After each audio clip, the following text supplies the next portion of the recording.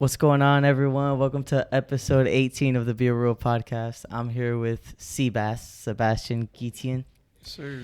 How you been, bro? It's been a long time since we've seen each other at all, man. Yeah, I think it's been 4 years? Yeah, pretty much. Pretty much. You live right there. Yeah, it's crazy. I see you sometimes running there. It's cool, bro. Yeah. But how you been, man? You've pretty much been playing basketball all these 4 years. Yeah.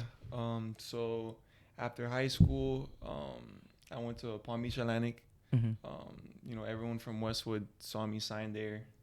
And I was only there for a year. I had redshirted there, so I didn't play. I was still on scholarship and everything, but I didn't play. Mm-hmm. At the time, the coaches told me, hey, look, listen, you're a great player, but we just need you to, mentally prepare, get better physically, things like that. I was only 18 years old at the time. Mm-hmm. Everyone there was 21, 22. And, when it happens, that's the part of college basketball that people don't see, the grind, really going through things. And, after Palm Beach Atlantic, I had that dream that everyone says, hey, I want to play Division I basketball. Mm-hmm. And I knew it was a possibility if I played my cards right. So I was like, man, the only way that I'm going to go play Division I basketball is playing junior college.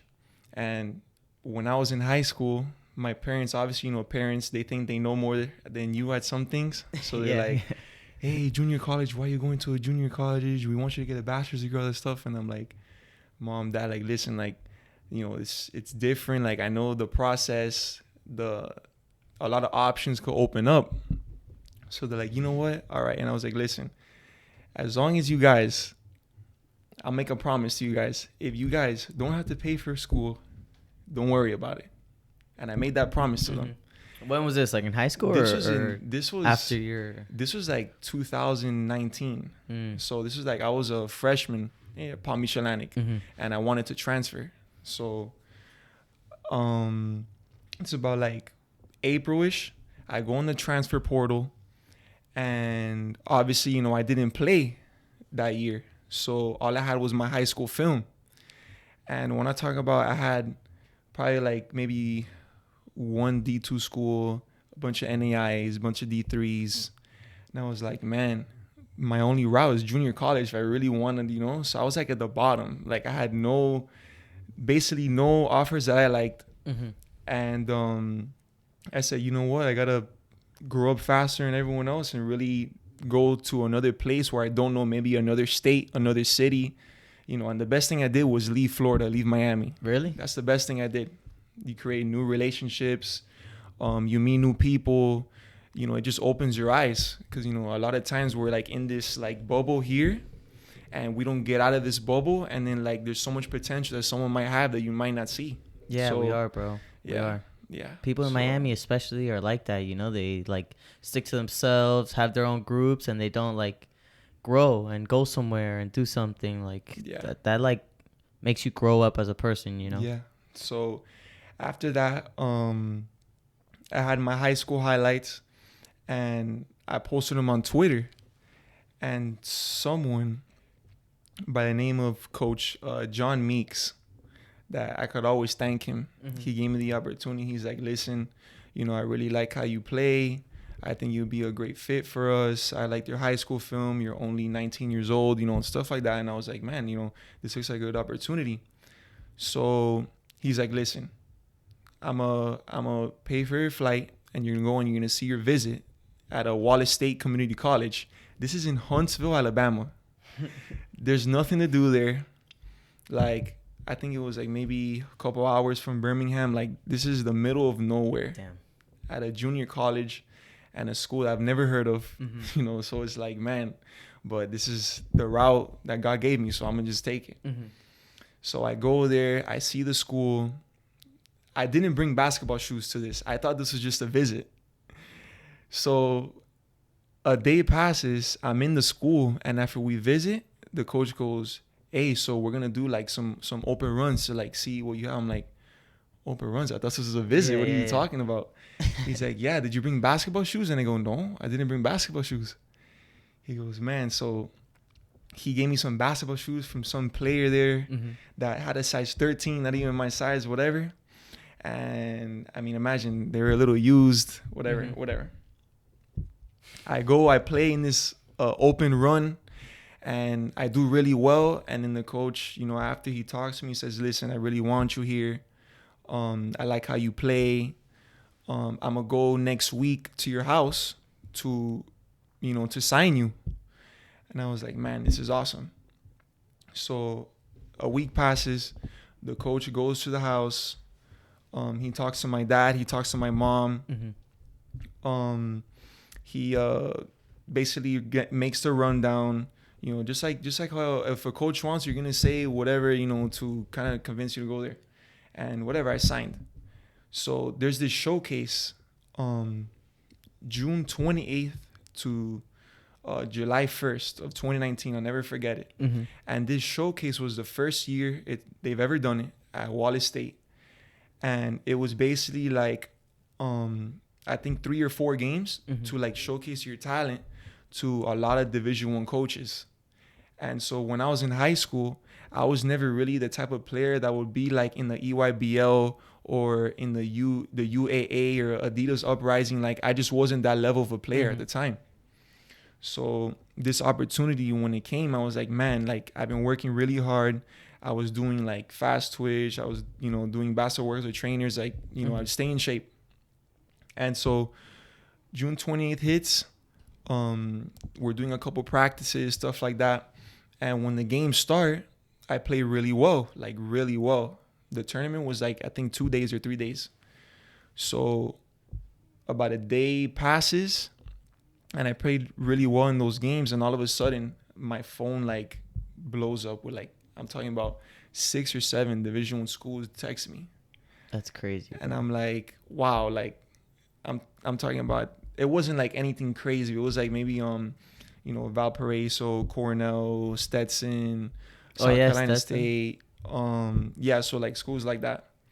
And so I was like, man, this is crazy. Like a year ago, or actually no, I think 2 months ago, I was like at the bottom. Like I didn't know, what was next for me. But as long as I knew I put in the work and like I had the height and I had like the work ethic, so I knew something would happen.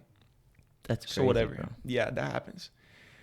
And then about a month passes after that tournament, and everything's going well. All these coaches are texting me, "How you doing, Sebastian?" Whatever. And then I get a video in this group chat, like in August. I'm on a vacation at this time. Like I think I'm in, like in the Bahamas or something for like 3 days. You know those cruises that they do. Yeah. And I'm in the Bahamas, and I get a group chat message from the head coach at Wallace State. And he goes, "Listen, thank you guys for everything, but I'm going to resign as head coach." And I'm like, oh my gosh. What? Back to square one again. So he's like, "I'm going to resign as head coach. I'm going to take this time with my family, all that stuff." I'm like, man, so the head coach that was going to give me the opportunity to play and all that stuff, he resigned. And so now I'm basically back to the transfer portal. These others, they like the 4-year schools, these Division I schools, they're still like talking to me, whatever, and they try to help me out to go to a junior college.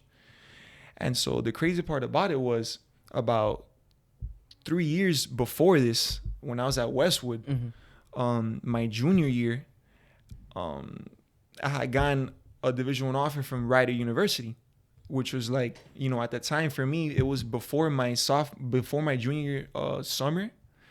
And, it was like a good opportunity for me, but it didn't work out because I didn't live up to that, what the coach wanted. So that's, like I said before, when it comes to this college basketball, that people don't see is the fact that if you're not good enough or the coach doesn't really see something in you anymore, they'll just find someone else better than that's just how it is.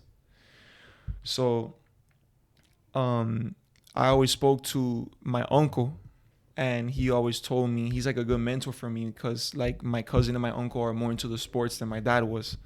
And he was like, "Listen, if you're at his junior college, try to get to the best junior college in the country." And I was like, man, to be in the best junior college in the country, like you have to be like pretty decent, Yeah, of course. So after the whole thing with Wallace saying the coach resigned, I get a call from Florida Southwestern. And this is like a junior college that I've never heard of. But I did my research on them, and they were number one in the country in JUCO for basketball the year before. They had commits go to LSU, Colorado, like schools like that. So this is legit. And I could always thank Coach Dixon, that he was the assistant coach at UMBC. Like, you remember when UMBC beat Virginia, the number 1 seed versus the 16th seed in March Madness a couple years ago, or whatever. Hopefully someone here knows it in the podcast. Yeah, probably, for sure. So that school that beat Virginia, that they're like the Retrievers, the assistant coach really liked me a lot. And so he always tried to help me out as much as he could. So he gave me a good word for Florida Southwestern. And, I spoke to Coach Eric Murphy. He's a great guy. And Coach Kente Hart as well, great person as well, great coaches. And I signed there. And everything was good for the majority until the season came. And that's when I realized, another step back. Like, everyone there was really, really good. Like, I'm not talking about, everybody there was, like, really good. And so when I was at Florida Southwestern, I didn't play that much. Like, I probably season high 13 minutes. Like, damn, barely played, bro. But the fact that I was there and that we won so many games, I think we won like 29-1 or something like that. Coaches recognize, like, there's like a pedigree at this school. Like, so we know that, if we recruit this player, we know what we're going to get. Even though he might not get the playing time that we want from him, we know that he's going to be a good player wherever he's at. So when the opportunity came and the season ended, I had some options. Stetson had offered me, like, a legit offer. Cornell, the Ivy. I had the grades for it. The coach spoke to me. And South Carolina State. South Carolina State, if you didn't know, is a HBCU. They're HBCU, which is a historically black college. And so how I thought of it was, do I care what school I go to? As in, Stetson is known for law. Cornell is known for education. South Carolina State, I've never heard of that school ever. And it's a HBCU. And as us in Miami, we're like all together. We know each other. But then I'm going to be like a minority. It was the first time that I was ever like, man, I'm going to be a minority here. And man, what a probably like great experience I'm going to have, because it's something different. Of course. And, I spoke to Murray Garvin, which is the head coach. Well, he was the head coach there, unfortunately. They didn't renew his contract, but he was a great guy, great life coach, life mentor. And so he offered me. And I went to South Carolina State. And, after the season, we played. We didn't do really well as a team. But it was the first time that I could really tell my parents, hey, like, you could see me play, we played like Clemson, we played Furman, we played Liberty. We played like really good comp, and it was on TV. And like for my parents to tell my parents, hey, like, you can see me on TV, like, play, like, it was a good experience. Like, they had never really witnessed that before. It was like the first time in my family that there was really someone to play like at that level. Even though I had my cousin that he was really good at. He played at LaSalle College, and he was like Division III All-American. He's been playing overseas, I think, for 12, 13 years. He's had a great career. But for me, like, especially for my dad, that he didn't really watch sports that much, he would always be like really proud and say like, hey, come watch my son, all this stuff. Yeah, so, that's pretty cool. Yeah. So, and then the other thing was the pandemic, like last year. So we were supposed to start practicing in the summer, and we ended up not practicing in the summer. So that's when you would see me run these miles outside here and try to stay in shape, whatever. So then after the season, basically, I'm here now.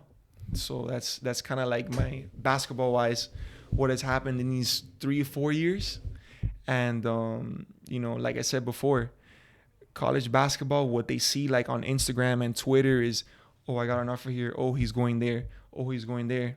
But they don't see like the process that it took to get there. Because like for me to even be where I'm at now, I would have never imagined 3 years ago, coming from Westwood and then going to Palm Beach Atlantic and then junior college and all that stuff. Like, I would have never imagined it. But I just had that one goal, and I said, no one is going to tell me no. like nobody. Because at the end of the day, whether someone has an opinion about you or not, it's up to you to make that decision. Nobody else. Like, why would I have somebody who's never played basketball before tell me, hey, why are you doing that? Why can't you just stay there? You get me? Yeah, of course. And so where do you like get this drive from? Because I know you have a good work ethic. You really want it. Like, where's this coming from? The drive that I get is, I'll probably have to say what can be. So, like, obviously, if I was 5'8", 150 pounds, I wouldn't be like, man, the NBA, I'm going to go there or something like that. But, you know, the attributes that I have, the type of play style that I have, and the work ethic that I have, you know, I think that it's a possibility that I could play at that level as long as I put the work in and have the drive and the belief too. Yeah, of course. And also, who doesn't want to help their family and become in a better situation? Because obviously, you know, I live in Kendall. I'm not like, you know, but who doesn't want to have like that lifestyle that everybody chases for, you know? One thing about me is I saw this quote that Nike had. It said, chase the dream, not the fame. And I always took that into heart. That's kind of like the motto that I have, because I'm chasing this dream. I'm not really chasing like cloud or like people. Like, I don't really care about that. It's more of I want to chase this dream to help not only my family out, but just be in a better situation, you know? Yeah. So that's kind of like the drive that I have. Yeah, I get you. That's a good way to like fuel yourself, you know, to want to better your family, give your kids a better life. Not that you don't have a good life, but, you know, like just continue the legacy. Yeah. That's good, bro. And you feel that basketball, why do you feel that basketball is the way to do it? Because I've been playing it since 5th grade. And the first time I ever went to, the first how I got into basketball was I was in 5th grade, and I went to like the first game ever of the big three, like LeBron, Bosh, Wade. And I was like, oh, like, you know, it was like my dream.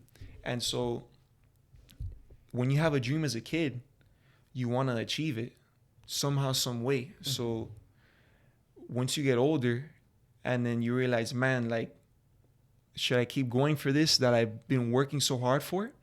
Why would I stop playing basketball if I've been doing it for 10 plus years? If I've been doing it for 12 plus years, all the work I put into it, why would I stop? You know, I've gone too far to just say, you know what, that's it. You know, and there hasn't really been a situation in my life for me to be like, hey, you know, this is a reality check for me, I should stop. There hasn't been yet. And until that day comes, I'm gonna keep going. And do you think that day is gonna come? No, you just want to keep playing. I'm gonna keep going. I'm gonna keep going, and good for you, bro. Yeah. It's like, even if it doesn't happen and you go into another profession or another something like that, just having that work ethic and having that drive, that's all you need, bro. Just in life in general. So it's good that you found something that like motivates you. Yeah. You know? No, for sure. That's the thing. Like, you know, life is not just basketball. You always have to have different things. You know, like obviously I'm into working out, things like that. You know, I like lifting weights, and that's like something that, you know, I got a passion for. But I think basketball is really, you know, what I'm truly passionate about, and that I put work into, you know, every day. Yeah, and so like being a college athlete, a basketball player, going to these different places, like, talk to me about some experiences that you've had, you know, because obviously you're part of the basketball team, so you're pretty like. Okay. So at Palm Beach Atlantic, it was a Christian university, so it wasn't really like one of those schools where, hey, like, let's go to a bar, let's go partying. Like, it wasn't really like that. Unless you were like with, you know, some type of group of people. And even if like I wasn't that type of person anyway, but you know, when I was in Florida Southwestern, it was like a 2-year school. It was like a 2-year school.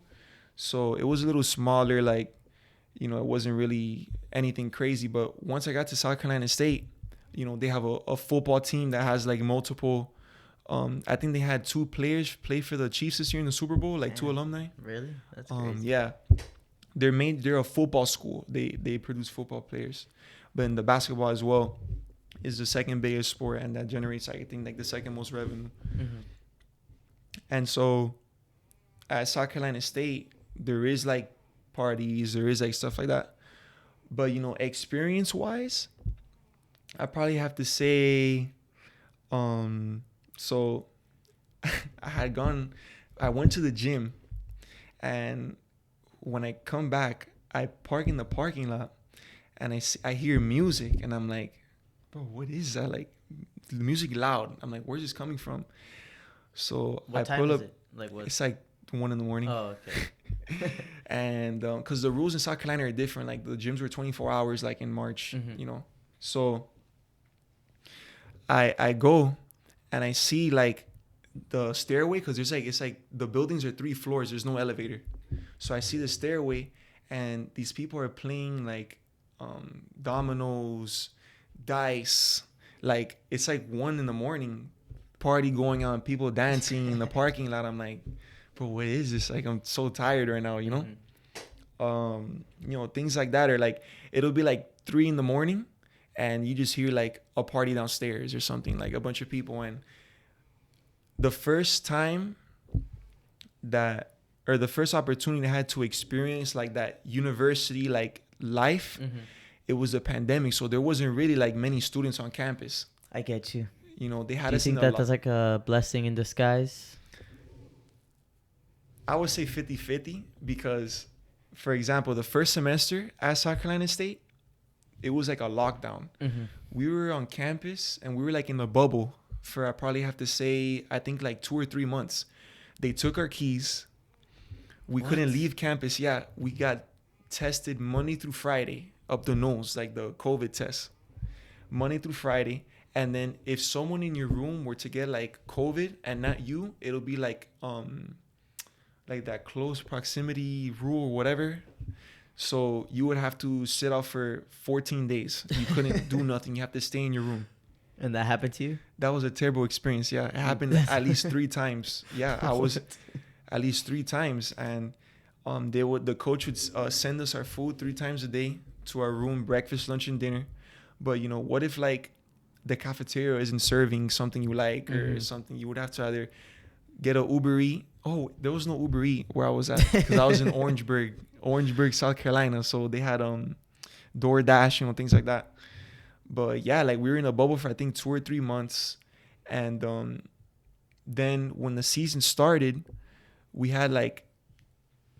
didn't really deal with any COVID problems per se, probably until the second semester when the school opened. Like I think at 50% capacity, and it was athletes and students as well together. You know, obviously, because, you know, at the end of the day, we're 20 years old, 21, 19, whatever. Yeah.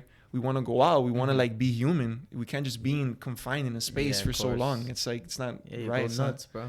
You go nuts. Yeah.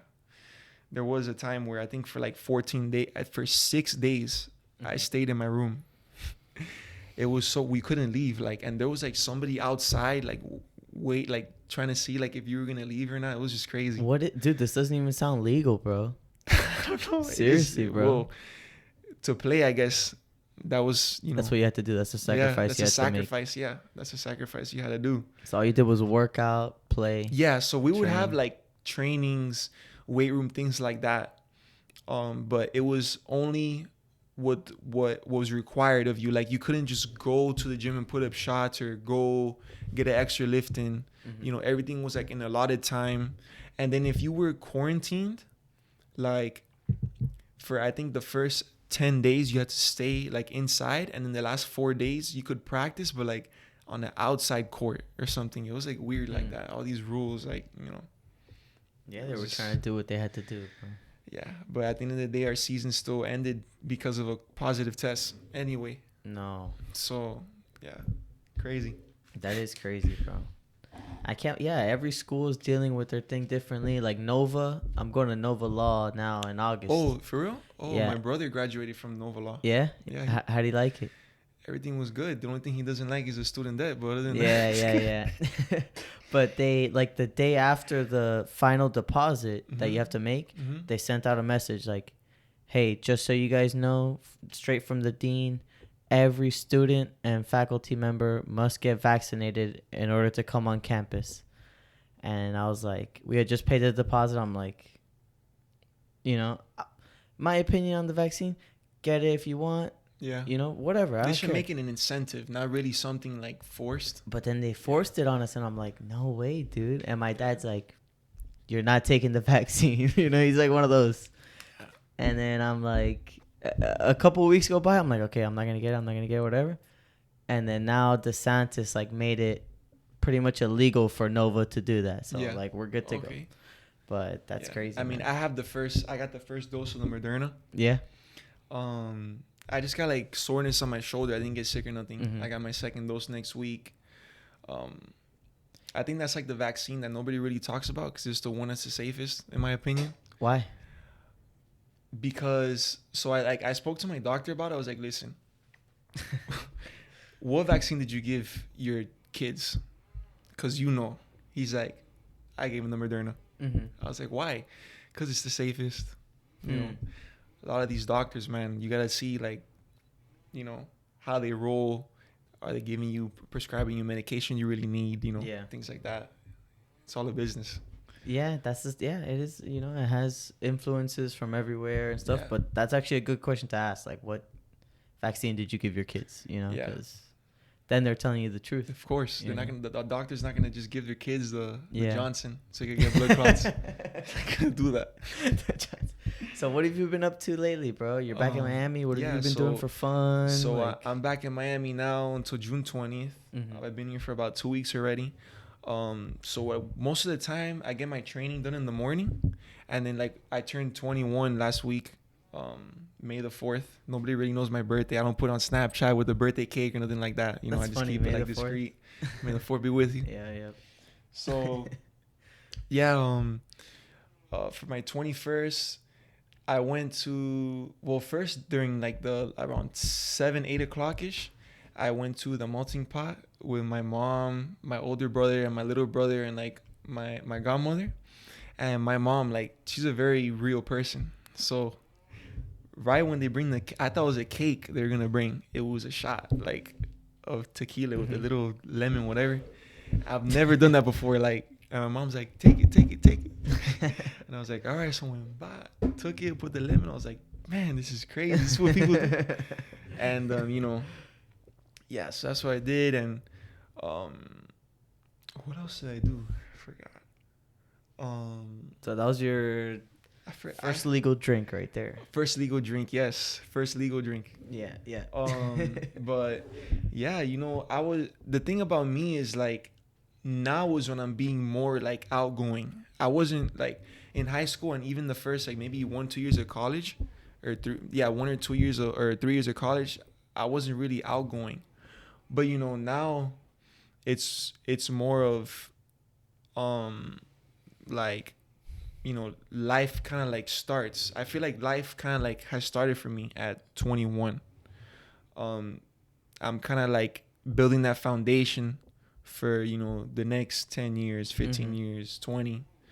Once I get my degree, you know, things like that, that's when, you know, life starts and you could, you know, build the business you want, find the career you like, things of that nature.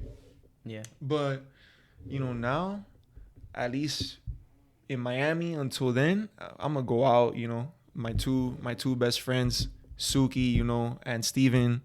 Then you have like Emmanuel. I think he's coming next week. And James, I always talk to James. Yeah. I think, you know, those 4 people are really the only ones I really talk to like that. Out of high school, you know, when you graduate from high school, you don't really talk to like everybody. Yeah, it happens. It's just life, bro. You really see like who you were really friends with and who you weren't.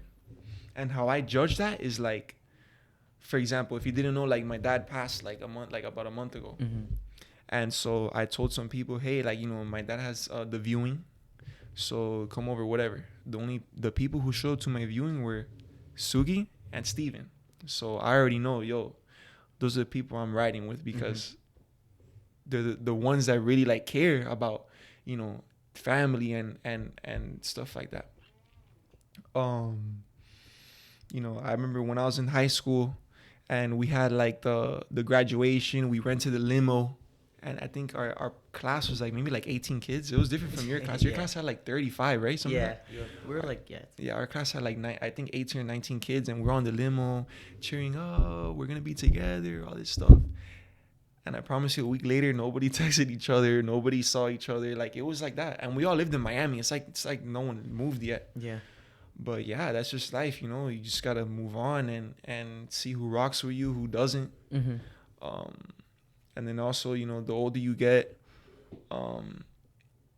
sometimes you do need like that mental clarity to be alone. Maybe meditate, go to the beach, and just like take a jog or something. It's always good for the mind, when your mind is, foggy, stuff like that. Yeah, of course. I'm trying to get into that more too, man. Yeah. It helps a lot. Yeah. No, the meditation helps. Yeah. It does. Yeah. Like, a lot of people confuse. They think that just because you meditate, like, you're like a Buddhist or something. Like, yeah, no, like, you could be Christian or Catholic and you could meditate. There's nothing wrong with that at all. Yeah, I've never heard that. Who says that, bro? People say that? People say that. Really? Yeah, I told someone I meditate. You, man. Forget that. I was like, I meditate. Like, you're Buddhist? I'm like, no. What? Yeah. No, man. You're just relaxing, being in your own thoughts for a little while, hanging out. Like, it's good for you, bro. Yeah. But yeah, I'm sorry to hear about that, man. Your dad passing. I didn't get a chance to reach out to you, but sorry for your loss. That's fine. No, we were really close, man. Like, I still really can't believe it. But, I know that the health-wise, how his body was now, he couldn't help us physically. So I know that, like, right now he's watching over, like, my family from, of course, bro, above. And helping us out that way. So but I know he's there. There's been some instances I can't even explain sometimes, Really? Yeah. Yeah, that's crazy. And about the friends thing, like, you're lucky to have two good friends. You feel me? Like, a lot of people graduate high school and they don't even have one true friend. They have no one. Like, think about it, man. People are. They just go off in their own separate ways, no real relationships. But it's good that we went to a small school in that sense because we're not just lost in the crowd. We get to know some people. But you know what's crazy though? Westwood is a small school, but like everyone has gone there at least once. Have you noticed that? Yeah. It's weird. For some reason, someone always knows someone that went there or something like that. Yeah. Yeah, like my brother graduated from there. I think in 2009. Who's your brother, man? I don't even know you had an older brother. Oscar Guitian Jr. No. Yeah, he's 31. Yeah, he's 31. And I mean, the crazy part about it is he has a different mom, but we share the same dad, and we're close like blood. Like, brothers. And it's so funny because when we like go out or something, they always think that I'm like the older brother. Really? But he's 10 years older than me, and he's 5'7". I'm 6'9". So how are you so tall then? Well, my dad was like 6'1", 6'2"-ish, but he was shortest on his side, and my mom is 5'8". So that's where I get, I guess, my height from. Then my younger brother is like 5'11", 6 foot, 280 pounds, and he plays football for St. Brendan. He's gonna be a sophomore next year. Cool, he has a lot of potential too. Yeah, that's where we get our height from, man. That's cool, bro. Yeah. So what do you do now? You just lift, work out, hang out? School finals already finished. Yeah. Are you doing summer? Summer B over there, starting in June. They had like a main master thing, but I didn't want to do it because I just wanted to be here for the month, be with my mom, my brothers. It's always good to be home for a little bit. Yeah. After like a month or 2 months, it kind of gets repetitive. I kind of like want to go back to school just to be in that, different mode grind. Yeah, it's a motivating environment. Yeah. You feed off of your teammates, feed off of other people. Yeah. It's like. Yeah, and then we have a new coach as well. His name is, what's his first name? Tony Madlock, Coach Madlock. He was the assistant at Memphis last year. They won the NIT, and he got the head coaching job at South Carolina State. So we have a new coach. We had some workouts with him towards the end of the semester, and everything went well. He seems like a great coach, a great guy, a lot of experience, winning mentality. Yeah, so that was the other thing, when they released my other coach. Mm-hmm. I was like, man, so is this coach going to keep me? Is he not going to keep me? Is he, those are the thoughts. Yeah. That, for a week or 2 weeks, I'm like, man, what am I going to do if this, but, it worked out. He kept me. He liked me. He saw me play and like in some open runs and stuff like that. So everything seems good so far. Cool, bro. Good for you, man. Yeah. And so what's your opinion on Westwood? Like, did you like Westwood as a school overall? I liked Westwood when it came to, I think, the senior trip. I think the senior trip was better than the prom, in my opinion. But the school in general, it's I think the people there are great. Mm-hmm. What sometimes, like, I don't understand is, like, for example, when it comes to, like, athletics. Because at the end of the day, a school, especially, like, a smaller school, like Westwood, kind of like, I feel like needs athletics to be one of the priorities. Obviously, God is the priority, but you also have to have academics, and then you have to have athletics as well. Yeah. In order to be a successful running school to last, because to be known, to get more. Because now, like, I saw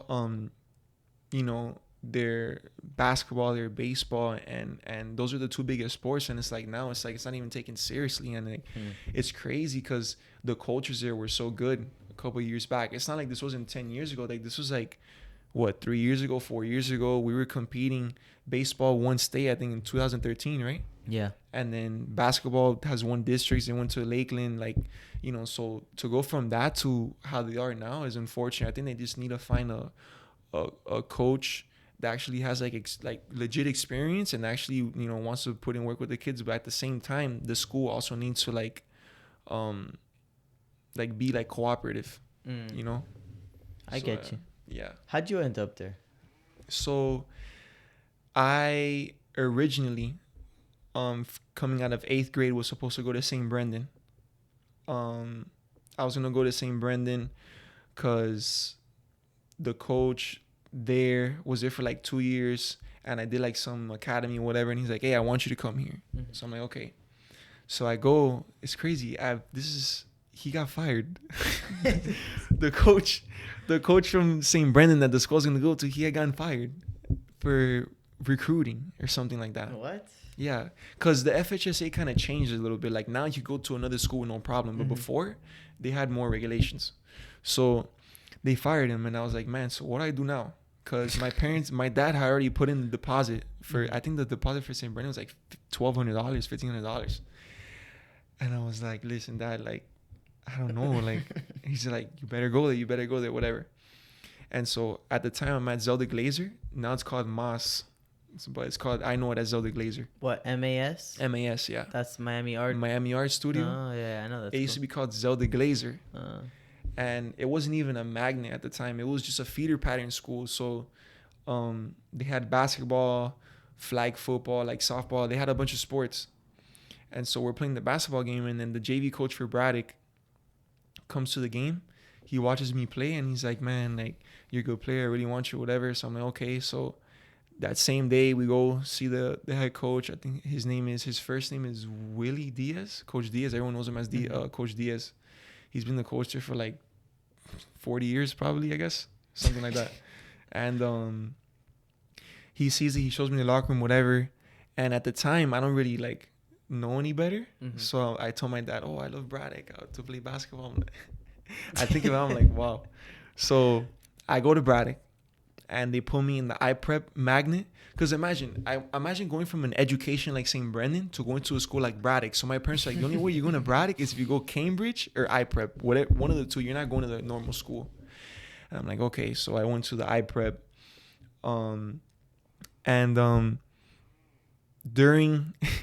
During like the summer, I kind of like worked my way up, and instead of being like on JV, they like put me on varsity as a freshman. Like, I was gonna become a freshman, they put me in the varsity. I had played some varsity games, whatever. And then I kind of had a conversation with my coach, like, listen, am I gonna play on varsity or I'm just gonna sit down? So I ended up playing JV, And then after that year, I kind of like, I was like, man, like I don't really want to be here anymore, because the coach there, he's a great person, but he kind of like, I felt like he held me back a little bit, because he was more of, oh, you're 6'3", go down in the post, or you can't shoot a 3-pointer.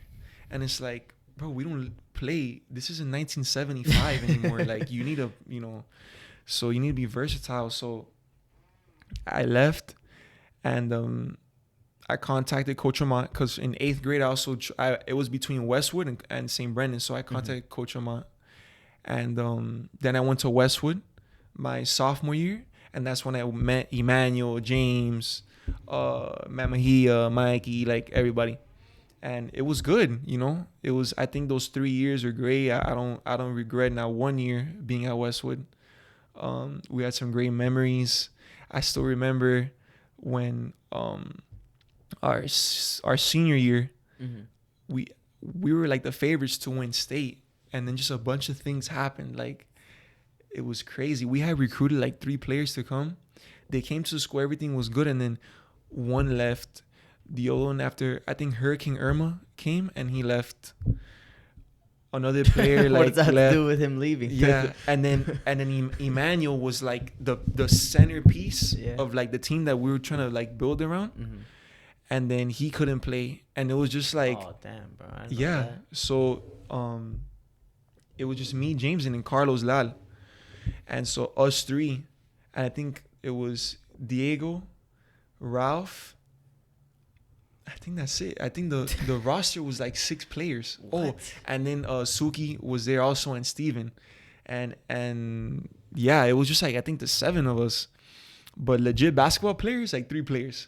That's damn, it. Bro. Yeah, so I think we finished the season like 13 and like 8 or something, which is like from the year before, we only lost like 3 games. So it was kind of like different. But, and then Coach Amat's son, Jose Amat, he was like in 7th grade. And when I talk about, I've never seen confidence in a player like him.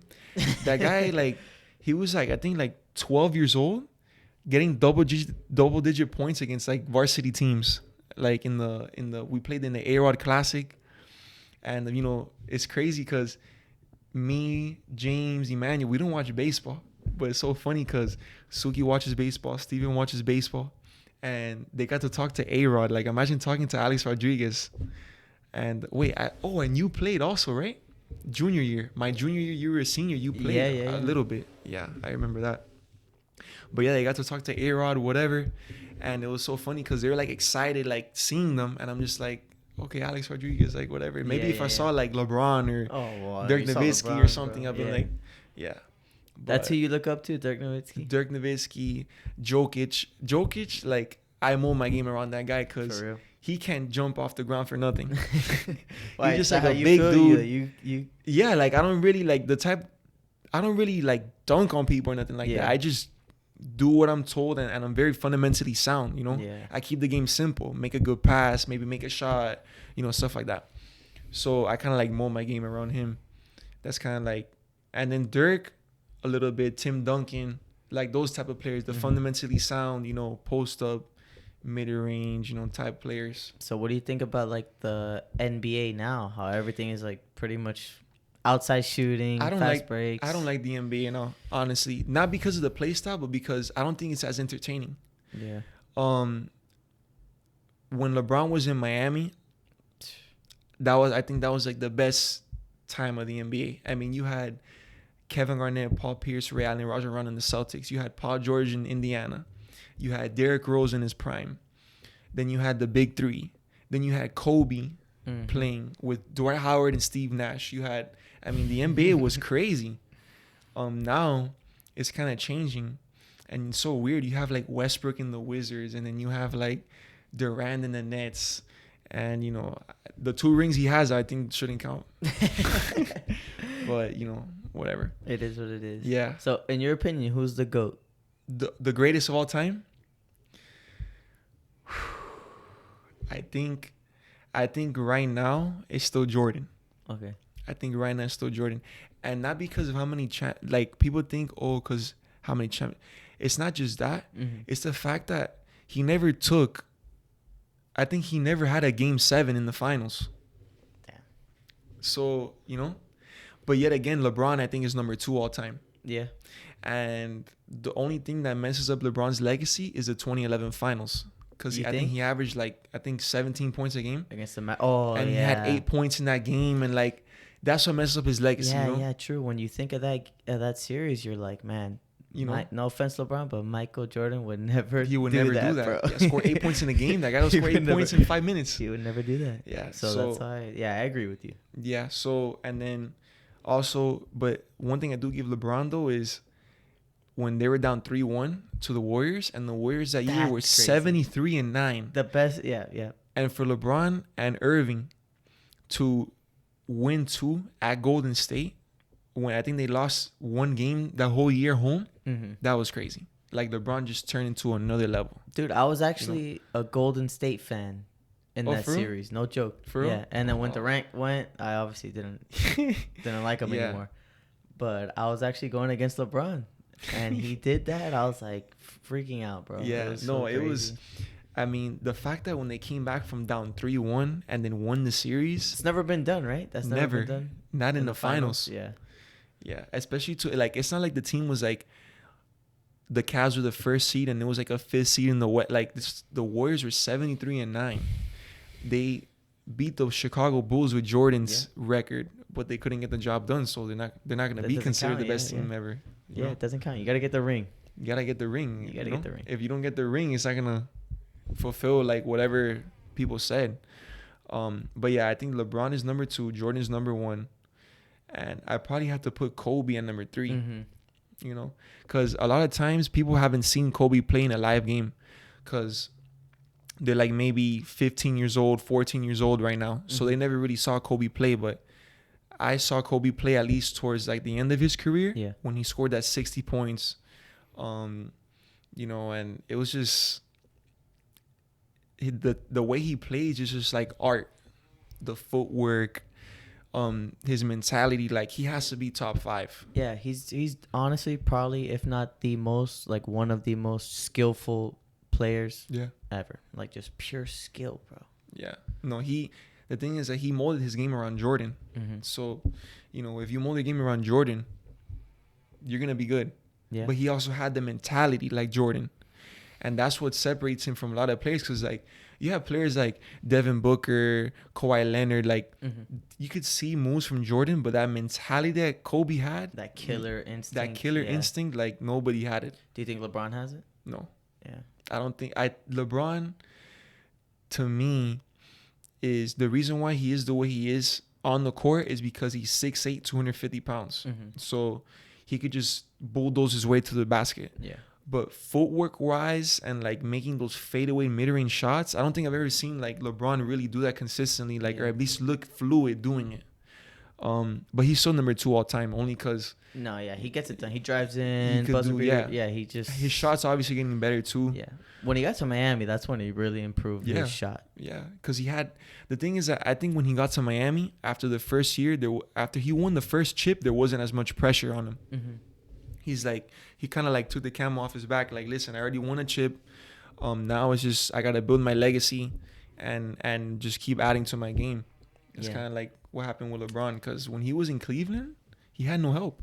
Yeah.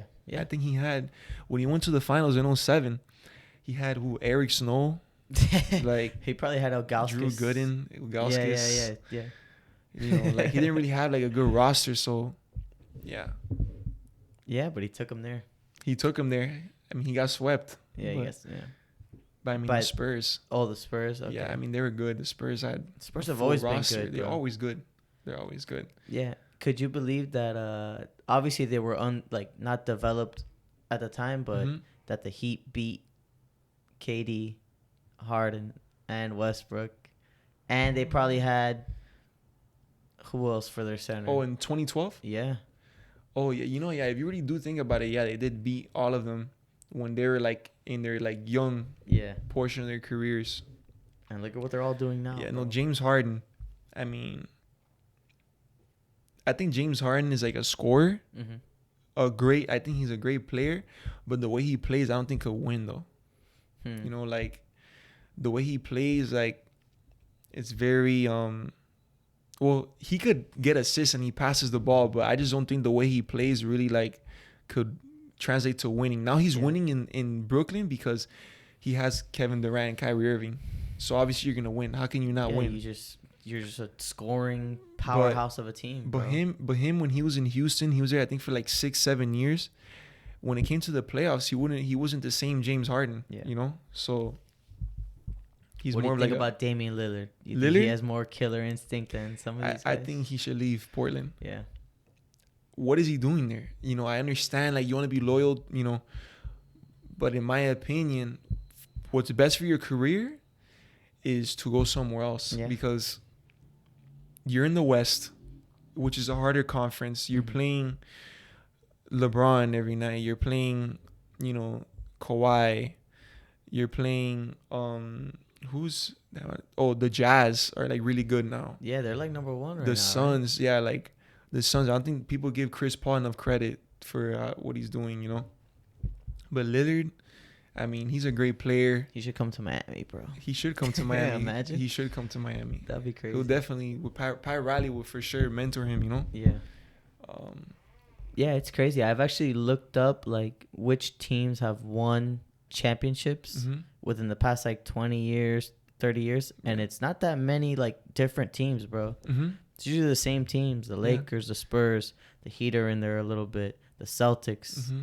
And they're all under like these great coaches like Pat Riley, who coached Michael Jordan and Kobe. Phil Jackson, you know, like all these guys. Yeah, it is the big. It's like maybe the bigger market. The bigger market teams are the ones who win more because they have more money, bigger city. They appeal more. Like, you know, if would you rather get $180 million to be in Los Angeles or get $150 million to be in Milwaukee, Wisconsin? Like, you get me? You know, you're gonna go for the bigger city. Yeah, of course. What I'm surprised about is kind of like the Knicks this year, because, you know, the Knicks were always terrible, and this year I think they secured already a playoff contention. Yeah, they turned it around, bro. They turned it around. Yeah, and everyone, I remember when Julius Randle signed with the Knicks, Stephen A. Smith was like, you know, talking, oh, they signed Julius Randle, like making a bunch of jokes and whatever, and now because of Julius Randle, they're winning. Yeah. So, what do you think about those guys? What do you think about like the media behind basketball?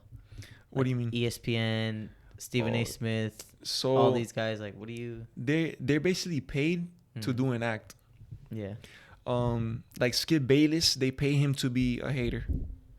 Stephen A. Smith, they pay him to be a mediator. Like, that's just how it is. Even with Shaq and Charles Barkley, like, when you think of Shaq and Charles Barkley, you always think of an argument happening, them doing jokes. Like, that's just all for ratings. Messing with each other. Yeah. You know, because the NBA is entertainment at the end of the day, you know? It's true. So they're going to try to sell tickets some way, somehow for someone. For the other, maybe 70% of people who don't even watch basketball like that, who only watch the playoffs, that's kind of like who the NBA kind of chases to appeal to. Yeah, I get you. Yeah. For sure, bro. Because they're the ones, the people who have the legit money to buy NBA tickets at floor seats, stuff like that, don't really watch basketball that much. True. Like, for real. Yeah, they just go for the cloud. They go for, I'm on court side. Yeah. You know, whatever. Yeah, it's true. So let's leave off with this, bro. Yeah. Who do you got coming out of the East? And who do you have coming out of the West? And who's going to win? I probably have to say the Nets. Okay. Coming out of the East. And if LeBron is healthy, the Lakers. Okay. I think it'll be the Lakers and the Nets. And I think I see the Nets winning the whole thing this year. Really? Yeah. If everyone's healthy, like everyone this year is not healthy, everyone's injured. Yeah. But yet again, it also comes down to it was only like 2 months break between last season and this season. It was like maybe a month and a half, 2 months. So people's bodies like break down. Stay in shape for that, bro. Yeah. You know, it's your legs. The seasons they are like the NBA is. How many games are this year? I think like 60 or 70, something like that. It's not 82. No. But it's still a lot of games. Yeah. It's not like high school or college where you're playing 25, 30 games. You know, you're playing double, triple that. So. Yeah, your workouts have to be way different. Bro. Yeah. You have to train for a full season. Yeah, like a legit full season.